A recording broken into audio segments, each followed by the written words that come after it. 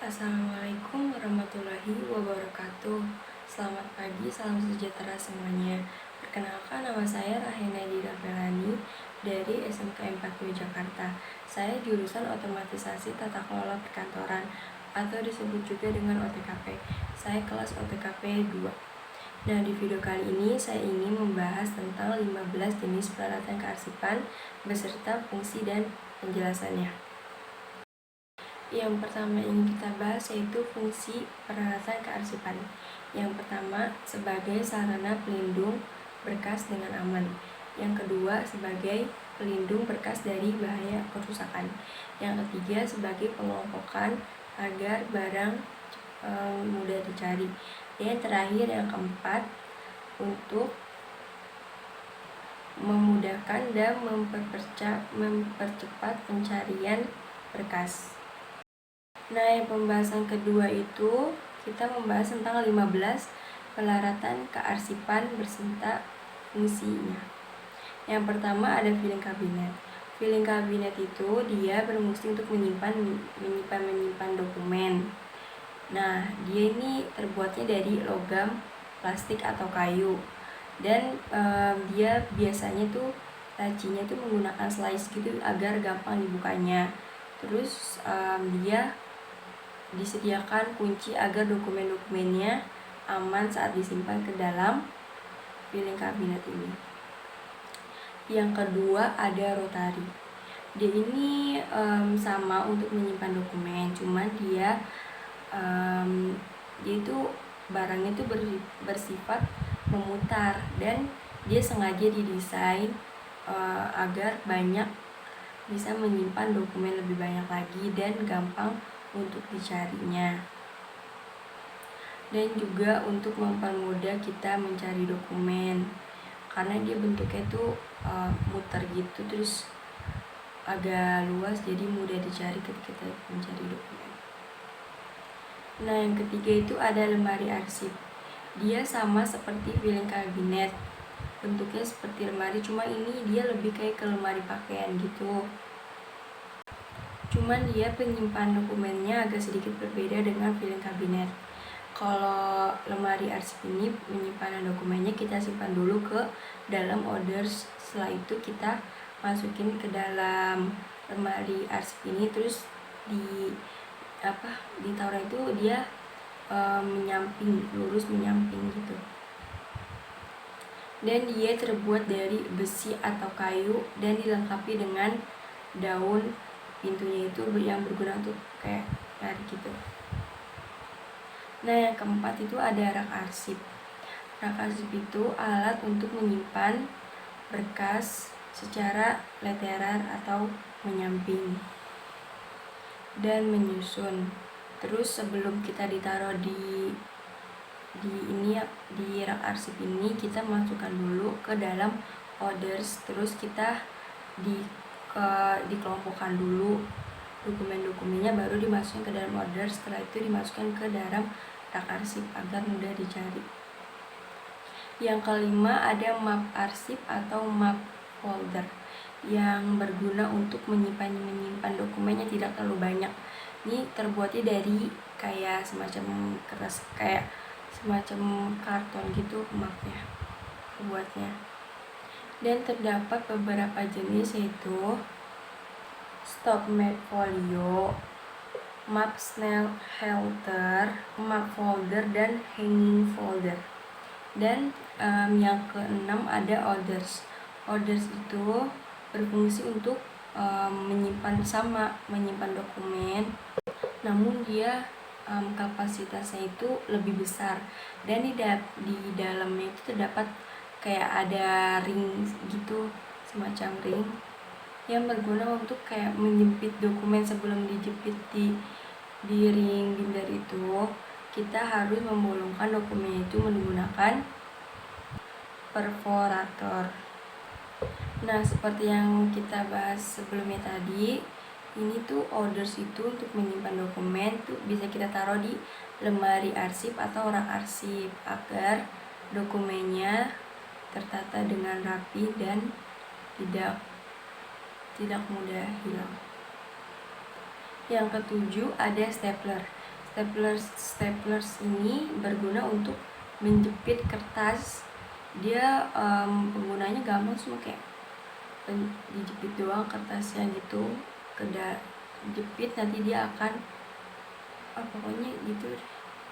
Dan ada juga jenis-jenis staplers beserta kebutuhannya.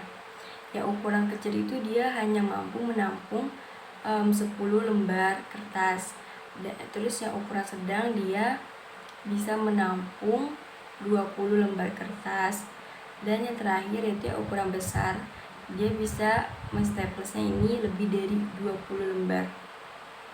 Nah, yang ke-8 ini perforator. Dia itu berfungsi untuk melubangkan kertas atau dokumen arsip yang tadi kita bahas sebelumnya di orders itu.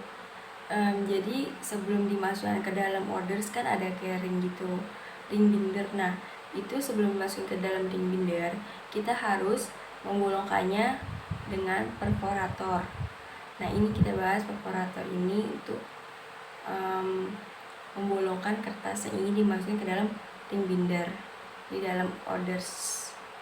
Lubang yang biasa digunakan perforator ini kurang lebih 5 ml berdasarkan lubang yang dimilikinya, mulai dari 1 lubang, 2 lubang, hingga 5 lubang. Kalau lebih dari 5 lubang itu kita butuh alat yang lebih besar dari perforator ini untuk membolongkan. Yang ke-9 yaitu ada label. Label ini berfungsi untuk memberikan judul pada sebuah kertas atau dokumen, atau bisa juga buku kalian. Jadi label ini fungsinya untuk kayak kita memberi judul di dalam kertas atau dokumen tersebut dan dapat ditempelkan di folders atau di orders. Pokoknya ini mempermudah kita kayak mencari sesuatu gitu. Yang ke-10 ada alat sortir. Alat sortir ini berfungsi untuk memisahkan kertas-kertas atau surat-surat yang akan disimpan ke dalam foldernya masing-masing. Yang ke-11 ada guide yang berfungsi untuk memberi sekat-sekat pada bagian dokumen. Kertas yang digunakan untuk guide ini biasanya kertas karton atau tebal.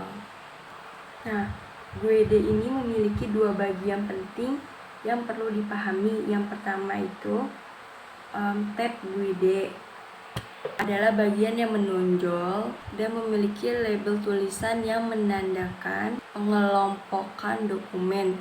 Yang kedua ada badan guide yang adalah dia di mana dokumennya diposisikan sehingga terlihat rapi dan mudah dicari. Guide digunakan pada bagian depan tumpukan dokumen dan dokumen yang berada pada filing kabinet.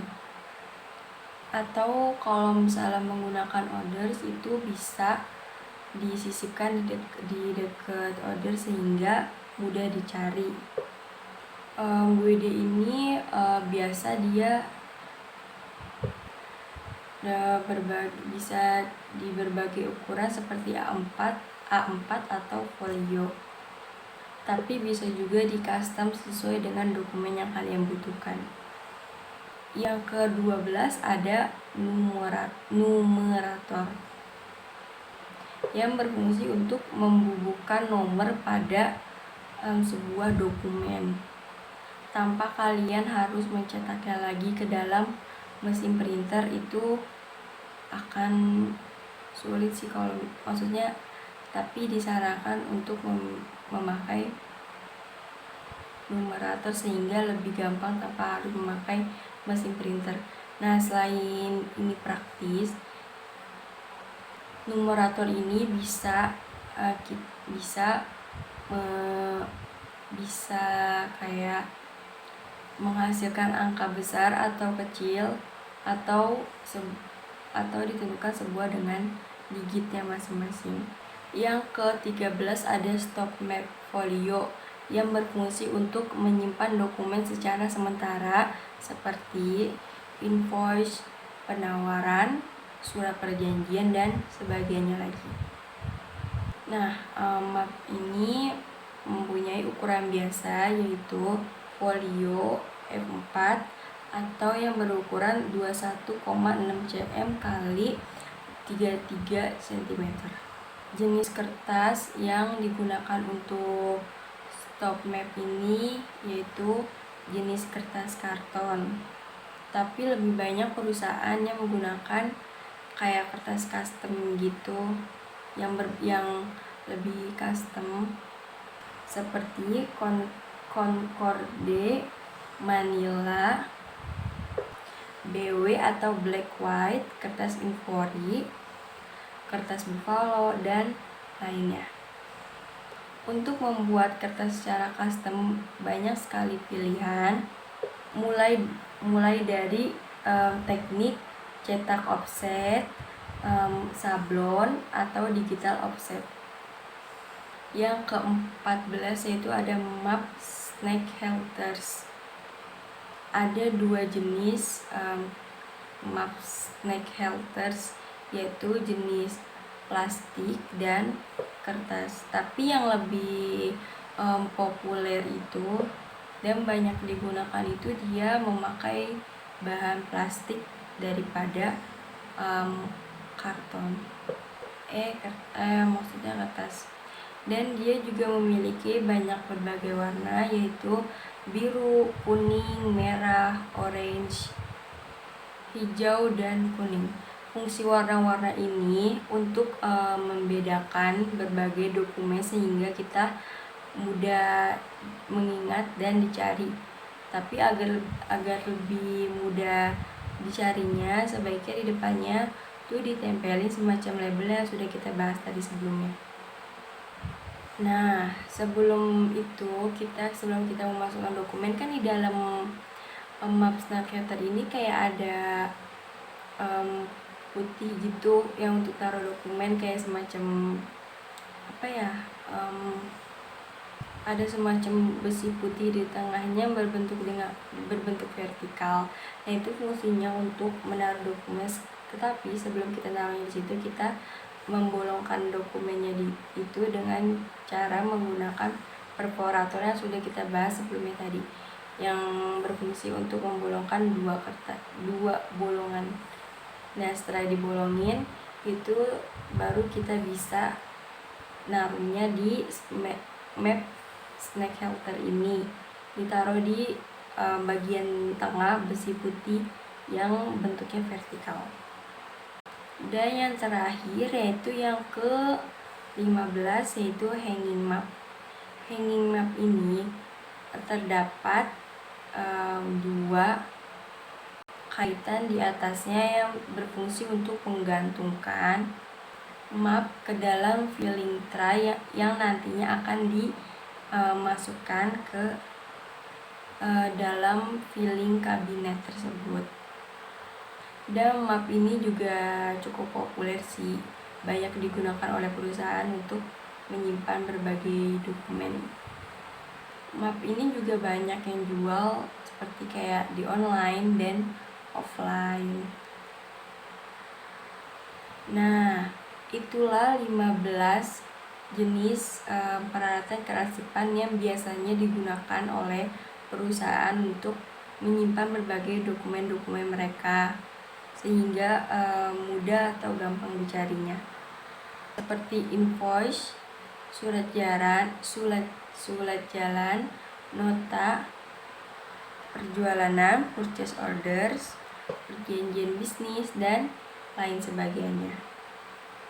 Ingat, sebuah dokumen yang rapi akan mempermudah pekerjaan kalian dan kelancaran usaha bisnis Anda. Sampai sini dulu video saya mengenai 15 peralatan kearsipan beserta fungsi dan penjelasannya. Mohon maaf bila ada kesalahan kata. Saya pamit dulu. Wassalamualaikum warahmatullahi wabarakatuh.